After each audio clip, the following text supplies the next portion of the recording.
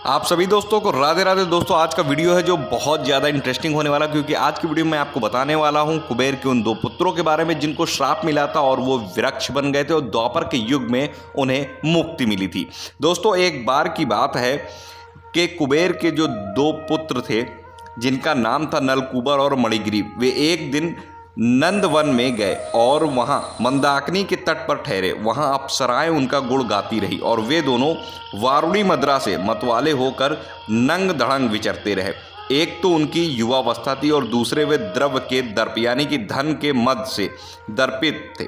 उनकी उसी अवसर पर किसी काल में देवल नामधारी मुनिंद्र जो वेदों के पारंगत विद्वान थे उधर से आ निकले।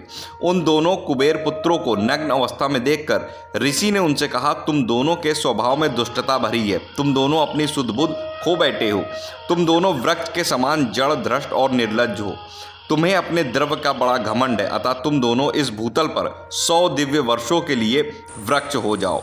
ऐसा कहकर उन्होंने कहा कि जब द्वापर के अंत में भारतवर्ष के भीतर मथुरा जनपद के ब्रजमंडल में कालिंद नंदिनी यानी कि यमुना के तट पर महावन के समीप तुम दोनों साक्षात परिपूर्णतम दामोदर हरि गोलोकनाथ श्री कृष्ण का दर्शन करोगे, तब तुम्हें अपने पूर्ण स्वरूप की प्राप्ति होगी। अब मैं आपको विस्तार से बताता हूं कि आखिर हुआ क्या।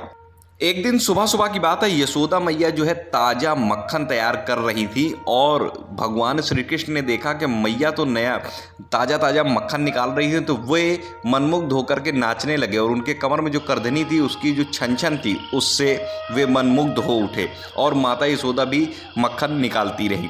उन्होंने माता से मक्खन मांगा। जब उन्होंने माता से मक्खन मांगा तो माता ने उन्हें मना कर दिया और उन्होंने क्रोधित होकर के एक ईंटे को उठा करके दही का जो भांड होता है यानी कि मटका होता उसको फोड़ दिया। जब उन्होंने मटका फोड़ दिया तो माता ने गुस्से में उन्हें ओखली से बांधने की कोशिश की और वे रस्सियां लाती रही, रस्सियां छोटी पड़ती रही, क्योंकि साक्षात परम ब्रह्म जिनको योगीश्वर लोग नहीं बांध सकते वे कहाँ किसी के बस में आने वाले। लेकिन करुणा के सागर भक्त वत्सल भगवान श्री हरि स्वयं ही माता के रस्सी में बंधने को तैयार हो गए। उसी समय कुछ गोपियां आ गई और गोपियों ने माता को उल्हाना दी कि हे यशोदा, तुम्हें इस बालक पर जरा भी तरस नहीं आती? ये तो हमारे घर में जाकर पता नहीं कितने बर्तनों को फोड़ देता है, माखन और दही भी चुराकर खा लेता है। हम लोगों ने इसे कभी कुछ नहीं कहा, लेकिन ब्रजेश्वरी यशोदे तुम्हारे दिल में जरा भी दर्द नहीं है, तुम निर्दयी हो चुकी हो। एक बर्तन के फूट जाने के कारण तुमने इस बच्चे को छड़ी से डराया, धमकाया और बांध भी दिया।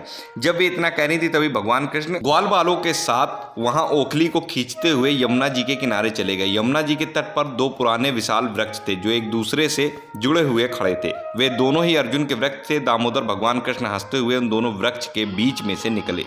ओखली वहां टेढ़ी हो गई, लेकिन श्री कृष्ण ने उन्हें साहस से खींचा। खींचने के दबाव पाकर वे दोनों वृक्ष जड़ के साथ उखड़कर जमीन पर गिर गए। वृक्षों के गिरने से जो आवाज हुई वह बिजली गिरने के समान थी। उन दो वृक्षों से दो देवता निकल उठे और भगवान श्री कृष्ण को परिक्रमा करके अपने मुकुट से उन्होंने उनके पैर छुए और हाथ जोड़कर खड़े हुए और श्री हरि की सामने खड़े होकर उन्होंने उनसे प्रार्थना की कि आपके दर्शन से हमें ब्रह्मदंड से मुक्ति मिली है। आप तो अपने भक्तों की अवहेलना होने नहीं देते, आप करुणा निधि हैं, जगत का मंगल करना आपका स्वभाव है। आप दामोदर कृष्ण और गोविंद को हमारा बारंबार प्रणाम। लेकिन जो आवाज़ हुई उससे ब्रज बालकों से वहाँ के जो गोप थे वो पूछने लगे कि इतनी तेज आवाज़ कैसी हुई, मुझे शीघ्र बताओ। बालकों ने कहा कि इस कन्हैया ने दो वृक्षों को गिराया है। उन वृक्षों से दो पुरुष निकलकर यहाँ खड़े थे जो इसे नमस्कार करके अभी उत्तर दिशा की ओर गए हैं। तो आज के वीडियो से आपको पता लग गया होगा भगवान कृष्ण किस तरह अपने भक्तों पर कृपा करते हैं।